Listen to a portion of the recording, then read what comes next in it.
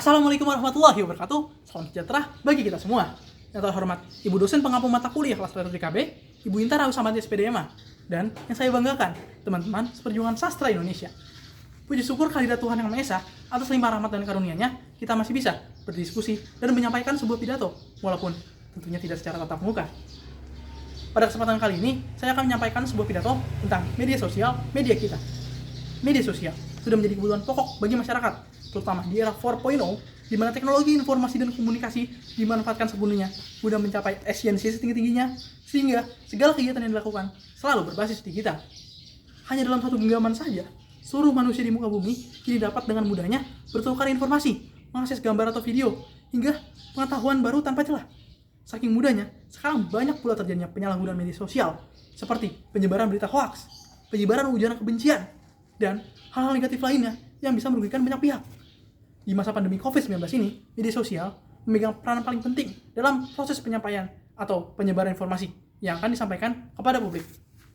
Alhasil, aktivitas komunikasi masyarakat menjadi lebih terbatas dan banyak dilakukan di media sosial.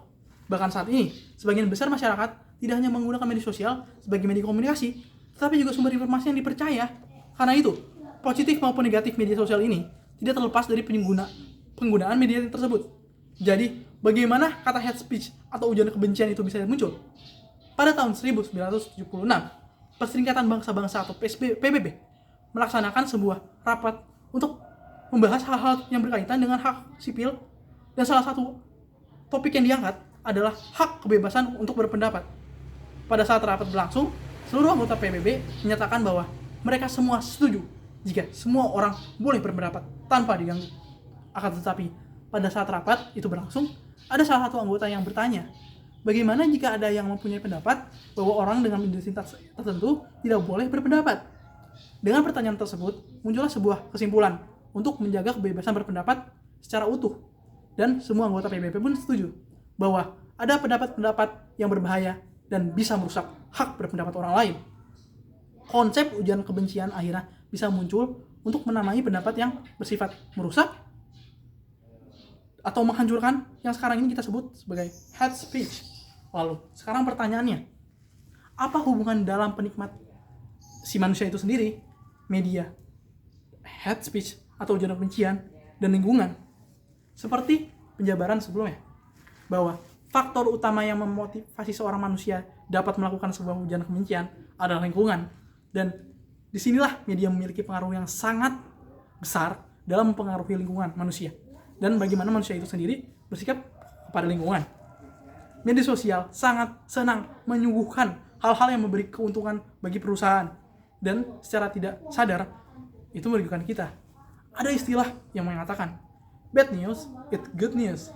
Kenapa pernyataan itu bisa muncul? Media sosial membutuhkan traffic yang bertujuan untuk mengais keuangan bagi perusahaan.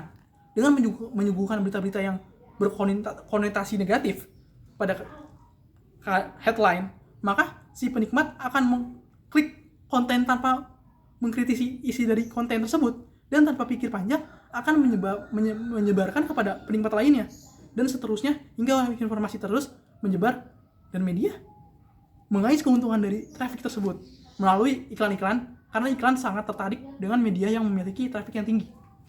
Dengan bermedia sosial dan memanfaatkan kondisi yang ada, lalu didukung motivasi untuk mencari traffic, maka cara terbaik adalah menyuguhkan konten-konten yang berkonotasi negatif agar audiens tertarik mengklik dan membagikan hal ini, karena hal ini berpengaruh pada mindset seseorang bahwa oh iya, ini adalah penting, padahal jika kita kritisi isi tersebut belum tentu benar adanya.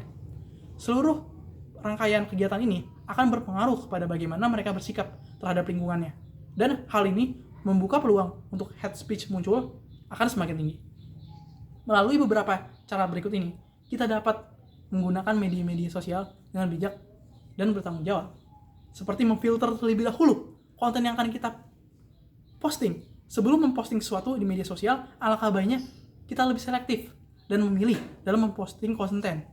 Selain itu, hindari penggunaan kata-kata kasar atau mengandung unsur sara. Hal tersebut dilakukan guna mencegah terjadinya hal yang tidak diinginkan. Ingat, selalu waspada terhadap berita atau informasi yang didapatkan Galilah dan cari tahu lebih banyak lagi tentang berita yang didapatkan dari media sosial. Jangan langsung percaya terhadap informasi yang disajikan. Hal tersebut dilakukan guna mencegah tersebarnya berita hoaks di masyarakat. Tentunya, sebagai masyarakat yang pintar, harus lebih waspada dan berhati-hati lagi terhadap informasi yang diterima.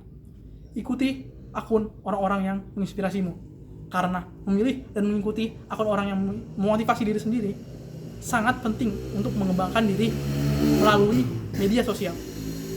Membangun jaringan di media sosial dengan mencari orang-orang yang bekerja di bidang yang kamu minati atau orang-orang yang membuat kamu terkesan, hal itu menjadi cara menggunakan media sosial yang bijak ketimbang sekedar menggunakannya secara sembarangan.